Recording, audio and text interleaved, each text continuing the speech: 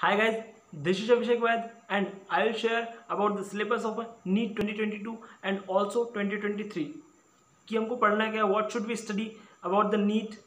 ठीक है, तो firstly you have a question कि हमको पढ़ना क्या है कि हम लोग if you started the preparation of NEET 2022 you have a question in your mind कि व्हाट शुड वी स्टडी। हमको जनरली ये पता होता है कि हम लोग 11th एंड 12th की यदि एनसीईआरटी पढ़ते तो ये नीट में यही आती है, लेकिन ये थोड़ा थोड़ा अलग है इसमें कि पढ़ना तो वही रहता है, लेकिन उसका जो वे होता है पढ़ने का, उसमें किस चीज़ों को पढ़ना है किन चीज़ों को नहीं पढ़ना है, क्योंकि हम लोग 11th एंड 12th में जो चीज़ें पढ़ते हैं उसी टाइप से वहाँ क्वेश्चन नहीं आते, वहाँ से बहुत अलग आते हैं। जब मैंने अपनी प्रिपरेशन स्टार्ट किया था तो मुझे ऐसे ही लगता था कि 11th एंड 12th की पढ़ना है, बट वहाँ थोड़ा अलग होता है, थोड़ी सी स्ट्रैटेजी हमको चेंज करनी होती है। एंड या यदि आप इस हिंदी में अभी तक तैयारी कर रहे थे तो आपको इंग्लिश में आना ही पड़ेगा, क्योंकि हिंदी में उतनी आपकी पढ़ाई नहीं हो पाती उतने अच्छे तरीके से, है ना। यदि आपने कोई कोचिंग ज्वाइन की हुई है तो दैट्स अ बेटर, वहाँ पर आपको बताएंगे कि सिलेबस क्या पढ़ना है एंड वो आपको पढ़ाएंगे। लेकिन यदि आप यूट्यूब से पढ़ रहे हैं तो आप मुझे कमेंट कर सकते हैं, मैं आपको कुछ ऐसे चैनल्स के बारे में बता दूंगा जो कि इन्हें आप मुझे पर्सनली इंस्टाग्राम पर मैसेज कीजिए, क्योंकि यहाँ पर उतना ऐसा बताना संभव नहीं है, क्योंकि यहाँ पर हो जाएगा कि आप उस चैनल को प्रमोट कर रहे हैं तो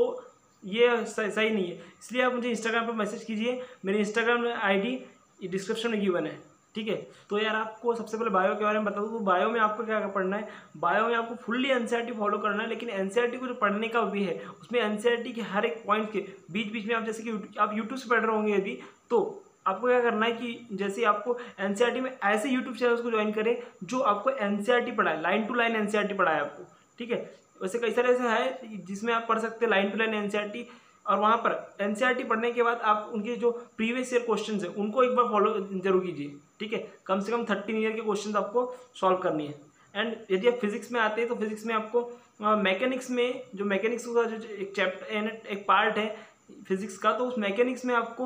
उनकी जो किस तरीके से उसके फॉर्मूलेज बन रहे हैं एंड उसके यानी क्वेश्चन में किस तरीके से रहा है उसको आपको देखना है एंड उसके क्वेश्चन को सॉल्व करना है, ठीक है। क्योंकि मैकेनिक्स से अच्छा खासा पूछा जाता है फिजिक्स में, ठीक है। लेकिन यदि आप दूसरे फिजिक्स के जो दूसरे पार्ट्स हैं जैसे कि मॉडर्न फिजिक्स हो गया, यहाँ सब आपको क्या करना है, आपको यहाँ पर इनके फॉर्मूले याद रखना है, क्योंकि यहाँ फॉर्मूले इंपॉर्टेंट है, वो किस तरीके से आया किस वे में आया जो हम लोग 11th 12th में पढ़ते वो इंपॉर्टेंट नहीं है। फॉर्मूला याद रखना है आपको, और उस फॉर्मूले से रिलेटेड कम से कम 20 ईयर्स के क्वेश्चन आप जरूर बनाएं। एंड अलग से भी यदि ज्वाइन कर सकते हो तो कई सारे ऐसे आती है जैसे कि एनसीईआरटी फिंगर टिप्स, तो वहाँ से आपको ज्वाइन कर सकते हैं एंड उस वहाँ के जो क्वेश्चन है उसको आप ट्राई कर सकते हैं, ठीक है।